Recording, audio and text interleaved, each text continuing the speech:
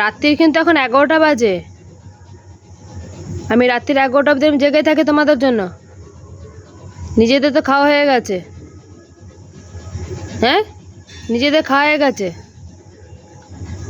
যাওয়ার নাম নেই। দেখেছো? তাহলে বোঝো কারণ বদমাইশি দেখো। দেখো দেখো এটা কীরকম খেলা হচ্ছে একা। এটা কীরকম, এটা কীরকম?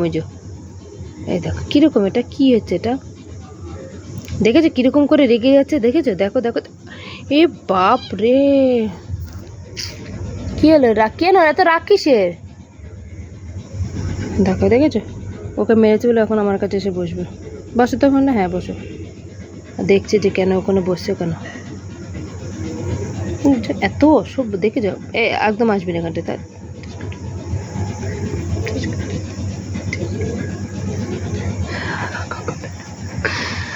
রাত্রির 11টার সময় এই করে আমি এখন এদের খেলা খেলি। এই যে রাখছেন মহারানী ভিক্টোরিয়া আসছে। আরে কে ঘরে যাবো? ঘর দরজা দিয়ে দেবো তো। তুই যা ঘরে যা। চ চ চ চ। দেখেছো মাটাও কিরকম ওকে ঢুকতে দেবে না। মামে এই চলো ঘরে, চল তোরা চলো আমার সাথে, চলো তুমি।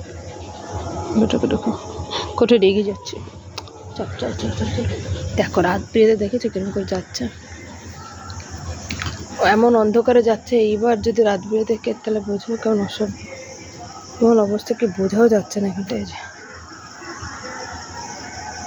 দেখো রাত্রেবেলা আমি এখানে এই করে বেড়াচ্ছি শুধু। ওর এখন রাত্রির 11টার সময় খেলার মুড হলো।